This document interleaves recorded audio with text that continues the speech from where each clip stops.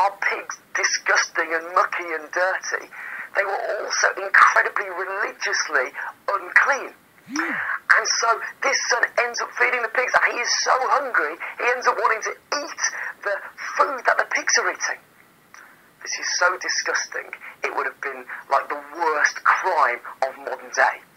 The people who've heard this would have been so utterly disgusted. And then, when the son is sat there in the pigsty, he thinks to himself, how many of my dad's servants have enough food to eat? Why don't I just go back and become one of his servants? I've no chance of being a son again, but I could be a servant. So he begins to prepare a speech in his head, and he starts beginning to think, I will go home, I will say to my dad, Dad, I have sinned against heaven and against you. I'm no longer worthy to become one of your sons, but make me like one of your servants.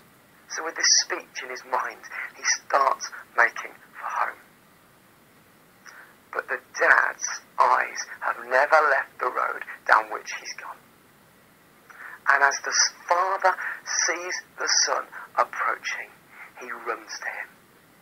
Now this is amazing, because middle-aged men, dads of that age in that culture, did not run. It was considered so undignified, so crazy. The modern-day equivalent would be just running through the streets with not much clothes on. And yet when he sees him, he runs.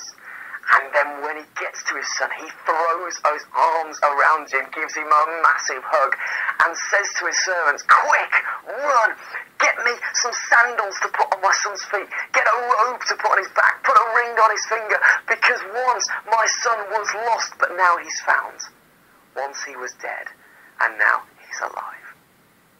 What's amazing about that is the robe represented that once again he was a son.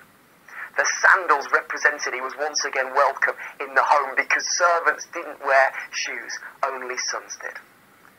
And then the dad says, let's have a party. Let's celebrate. They kill the biggest cow they can find, have a massive barbecue, because the son has come home. And this is a story that Jesus tells. And he tells it because it doesn't matter what you've done. It doesn't matter how far you think you can get away from God. There is always a way back. And God is like the dad in the story. You might think you're miles away from God. You might think you've done stuff that might get in the way of your relationship with him. And his eyes are looking down the road. God's love is so big and so amazing. He will always welcome you home. And do you know what? At the heart of the Christian faith is the message of a God who says to every single one of us,